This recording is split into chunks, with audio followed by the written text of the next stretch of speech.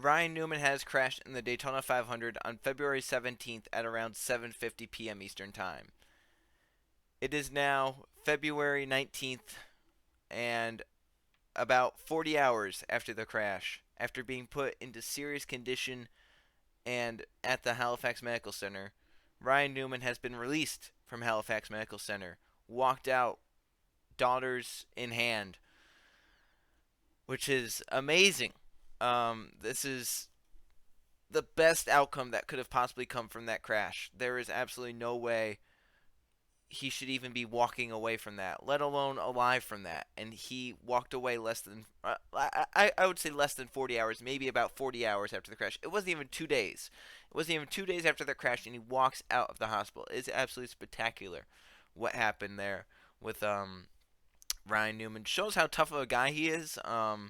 It's there's no need to question how tough he is, considering all the crashes he's been involved in NASCAR. You think back to Watkins Glen, back in his early years. I think it was what '02 or something. Think back to '03, where he flipped at Daytona in the 500. He had a scary crash at Talladega where he got up in the air. Um, it took him a while, but then in 2009 at both Talladega races he had scary crashes. Him projecting Carl Edwards into the catch fence, him flipping over down the backstretch in the second Dega race. You look at 2013 Talladega, he had Kurt Busch on top of him as the 78 flipped. Um, Look at 2018 Talladega practice, Jamie McMurray's on top of him. At Kansas, William Byron's on top of him. And now he had another scary crash, this time more serious than any of the others, but somehow, some way, he has found a way to walk away from it 2 days, under 2 days later. We still don't know the extent of what the injuries were for Ryan Newman. He was obviously listed in serious condition but non-life-threatening injuries. What those could have been, he probably has some sort of nasty concussion with how hard he got hit. I mean, if he doesn't have a concussion, I would be very shocked. He has a hard head then, apparently. Um, it's possible at the time he was unconscious. When they first made the statement, I don't think they said he was awake and alert, or I don't think they said he was awake. It's possible he could have been unconscious at the time. They maybe didn't know the extent of his injuries. Maybe he had some bleeding in the head area. We don't know what the extent of the injuries were. All we know is that Ryan Newman is well enough to be able to walk out of the hospital and go home with his daughters and everyone else that loves him dearly. So I'm so glad to see Ryan Newman is okay, to see that he's able to walk. He has motion in his body. He's not paralyzed. If that was one thing I worried about other than death at first, when I knew he was alive, my next fear was, oh my God, is he paralyzed because of how hard he got hit? But obviously not. He's walking away. So I guess we know why they call him Rocket Man now. Because he makes speedy recoveries. The man is tough as nails. Tougher than nails. But I want to shift gears a little bit. Since now we know that Ryan Newman is okay, I want to talk about NASCAR safety and what they could possibly do to try and improve that safety. So obviously the car is very, very safe, and it would take a lot for someone to die in it. It's possible. I mean, it's always possible in auto racing that someone's going to die, but the chance of it happening in NASCAR are severely lower. I mean, the cars are so safe. If Ryan Newman survived that, there's not much someone wouldn't survive unless the details lined up perfectly, which is always possible that could happen. So I'm not saying that it's impossible someone could die in this. I'm saying it would be very hard, but it's still possible, which means NASCAR still has work to do. Obviously, the car has been through a lot. Ryan Newman, in fact, actually suggested a change that was made to the Gen 6 car.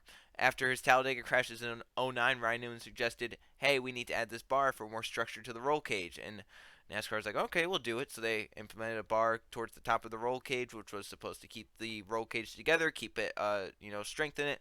And it most likely saved Ryan Newman's life in this crash, with how hard he got hit. And maybe even helped Corey LaJoie not get severely injured after hitting Ryan Newman. Um, so NASCAR has made very, very good, just kind of progress towards safety, with whether it be the cars or the tracks.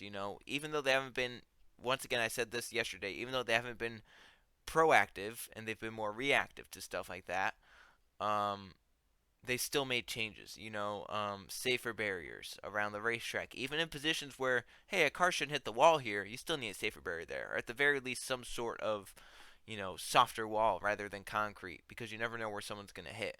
So props to the tracks in NASCAR for that. Charlotte recently added turf, trying to make the cars safer if they go down through the grass, considering they have the roval down through there now. I appreciate that because turf, it's not going to tear the front splitter off the car. Um, so, what can NASCAR do about this? If if we want to go and say the cars are about as safe as they could be, we'll just say that. What could NASCAR do other than the cars to make this sport safer? Now, obviously, as of late, NASCAR has gone more into entertainment and show business rather than natural racing. I mean, we've seen it with the package changes and stage racing and all these different changes that they've made. What could they possibly do to go away from the show aspect as much as they can? What can they do to make sure this doesn't happen again? What can they do for super speedway racing that makes sure if they're going to crash hard, it's not going to result in someone getting airborne every crash? Or what can they do to make sure there's not guaranteed big ones every super speedway race? Because there used to be times where, hey, we weren't guaranteed a big one at the super speedways. There were times where the drivers raced smart enough and kind of, I say clean, but they were still in three wide packs. Um, I think the first thing that this falls into are the drivers have been desensitized by the fact that we haven't had a major injury. Uh, we haven't had a death even. We haven't had a death since 2001. Almost 20 years ago, we have not had a single death in NASCAR. 19 years ago. It's been 19 years since a death in one of NASCAR's top three series. There's obviously been injuries since then. Coming to mind, Kyle Busch's crash at Daytona in 2015, right? The Daytona 500 was one of the cleanest as of late after that. Was there maybe a connection where the driver's like, oh man, there is actually a danger? Or was it just a coincidence? I don't know. Hopefully, this is a wake up call to the drivers. With this package, right? Big spoilers on the rear of the cars, creates huge runs in the draft. And then because of those huge spoilers, there's so much downforce on the cars that the engineers are going, we need to make these cars lower to get the spoilers out of the air as much as we can. It being lower to the ground is going to make the car more uncontrollable at that. And then, with it being lower to the ground, if it spins out, it's not going to take much air to get underneath it to just lift it up off the ground and flip it. As is the case in Ryan Newman's crash. He hit the wall at a perfect angle to send that car flipping. It was at the angle that Michael McDowell hit in his Texas qualifying. When they hit the wall, they hit it with passenger side, passenger left front. Left front, that's what we'll call it, passenger front. They hit it like that, which is obviously when you hit it like that, you're already spinning out to begin with. You're going to hit it so that if it hits there, it's going to send the car spinning faster because obviously in terms of inertia and force and stuff like that, all physics stuff, the car has to keep moving that direction that it's moving in. And if it hits something like that, the rear of the car is going to be the one to hit like that. So it spins the car around faster, which is then going to get air under the car. Which with this package is going to they're going at such fast speeds, the force on the the energy with the car, it's going to send it into the air. It's what happened with Michael McDowell. It's what happened here with Ryan Newman. So that happened, right? Difference being in both the crashes, Michael McDowell's was during qualifying, not a single other driver was out on the racetrack. Ryan Newman's was coming to the checker flag of the Daytona 500 at 200 miles an hour. So Corey LaJoie could not react in time. No one could have been able to react in time, and he hit him. Ryan Newman was tumbling kind of like Michael McDowell was. When Michael McDowell hit the wall, he didn't start tumbling until he got into the apron. He kind of, spun around a little bit on the lid, then kind of came down and started tumbling. For Ryan Newman, he was spinning around on his lid, possibly would have tumbled once it stopped sliding around like that. But instead, he had a car hit him, which sent him into the air. It was basically the same exact thing that happened with Michael McDowell, except there were other cars on the racetrack this time. So basically what I'm saying is this crash has had the likeliness to happen for a long time. Just look at Dale Earnhardt when he crashed back in, what was it, 96 at Talladega? He got hit roof first somehow, some way. He was all right, but that caused the Earnhardt bar to be an invention to keep the driver safe from roof hits. So basically what I'm saying is, what can they do to limit this happening? One of the first major things you look at is green-white checkers, right? introduced back in '04 after outrage, fans outraged at races ending under yellow. Even networks then being outraged at races ending under yellow. Fox was not too happy once many of their races ended under yellow that season. Look at Talladega, ended under yellow. Look at Pocono, ended under yellow. Look at Michigan, ended under yellow. Fox was not happy about it because obviously Fox is in there for the views and the entertainment. Watching races end under yellow is not entertaining. NASCAR said we'll go to green white checkers because I think the trucks have been testing it for a while now. So they went to green white checkers, whatever, everything was fine. But at some point, you might have to look at green white checkers on Superspeedways and say, do we need them? Do we need infinite attempts? Do we just need one? Do we need them at all? Because green white checkers at a place like Martinsville, that's fine. It's Martinsville. Green white checkers at a place like Kentucky, we saw it over time last season at Kentucky. It didn't cause anything. But as we get later into a race at Daytona and Talladega, the drivers get more antsy, they get more aggressive, and it causes more crashes. But, when it's in overtime, these drivers know, well, even if I cause a crash getting up through there, I still have another attempt, and then I'm farther forward for another restart. Or they could go and say, late in regulation, oh, well, I could crash with 4 to go. That doesn't matter. I could cause a crash with 4 to go. That doesn't matter because we're going to get another attempt. So maybe, just maybe, NASCAR should look into limiting green white checker attempts at Superspeedways or just getting rid of them at Superspeedways altogether. That's going to be a very, very unpopular opinion, but it's the truth of the matter. That's probably the most dangerous thing that we see in Superspeedways. NASCAR, I think, did it right back in 2015 at Talladega when they said we're going to one attempt at green white checker, and then they just ignored it and then went to a second attempt at green white checker in Talladega. Maybe they should go down to one green white checker attempt and say, you know what? If you crash, that's it. It's over. The race is over, because at some point you have to say the fans got more than what they came for. The Daytona 500 went 209 laps. On that ticket, it says 200 laps. It doesn't say a guaranteed green flag finish. It just says we're going for 200 laps. So technically, the fans got more than the price of admission because they got 9 extra laps. So that's just something to keep an eye on. Keep your mind on that too, because we're obviously going to Talladega in a little bit. That's in April or May, and then Daytona is the regular season finale. I'm not enjoying that right now. I'm not looking forward to that because if they race like this in the Daytona 500, imagine what they're going to do with a playoff spot in the line for some drivers. Their last chance, and they know it. Another thing, this Super Speedway package, while it is fascinating to see the runs that are made, and it has produced some of the best Super Speedway racing in a long time, it might be time to change it. As much as I don't like to say that, because you remember after last year, one of my positive things after last year was it made the Super Speedways better. However, it's made them a ton more dangerous. The closing rates are so fast you can't block it. You cannot block it at all. And then people try to block it, and it causes these crashes. People try to bump now because there's so much downforce on the cars. The cars should be so stable in the rear that it can handle a bump.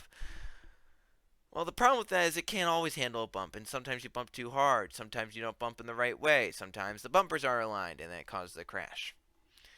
That's not good. These Gen 6 cars, right? They weren't meant to bump like that, but it's happened. So possibly, should NASCAR change the Super Speedway package? I don't know. That's up to NASCAR. In my opinion, they can maybe make some tweaks. They're going really, really fast. I've always felt like their forbidden number at plate tracks, or I guess Super Speedway tracks now, has been around 200, and they're going well above 200 in the draft, which is quite scary because that's how airplanes take off.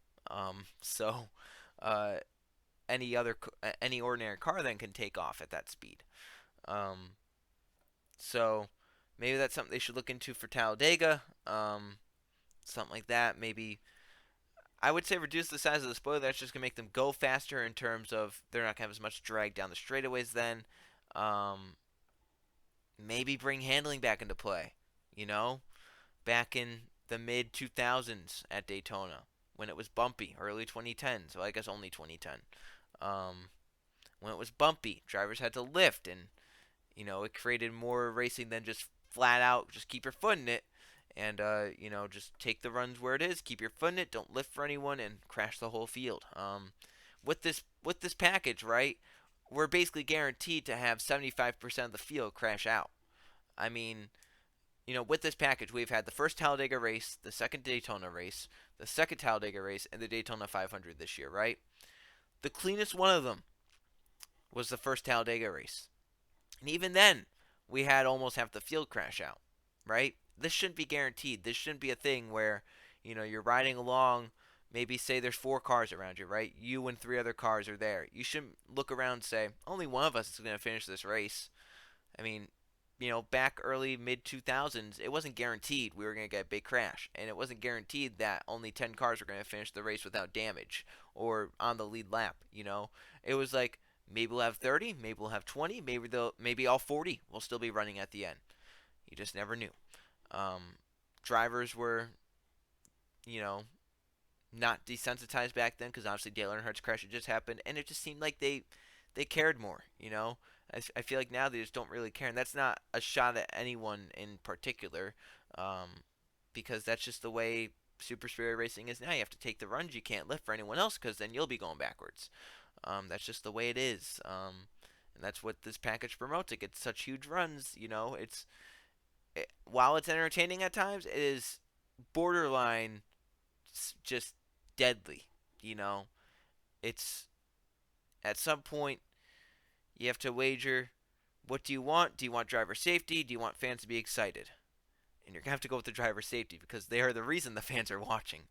Um, the fans kept watching after the 2018 plate races, even though they were horrible. They kept watching. That didn't just drive them away. So they're gonna have to do something to help super speedways. In terms of stages and stuff like that, I don't see a need to get rid of stage yellows, even though, once again, I'm more of a natural fan, and I'm like, I don't want any unnatural yellows. Um, since it's like written in the rule book, and the teams know when it's happening, and it's not going to happen late in the race, I'm all for it. When how many we've had so many stage cautions at this point, stage restarts, right? There's been so many throughout NASCAR. How many stage restarts resulted in a major pileup or a major crash, right? 2018 and 2017, 2019.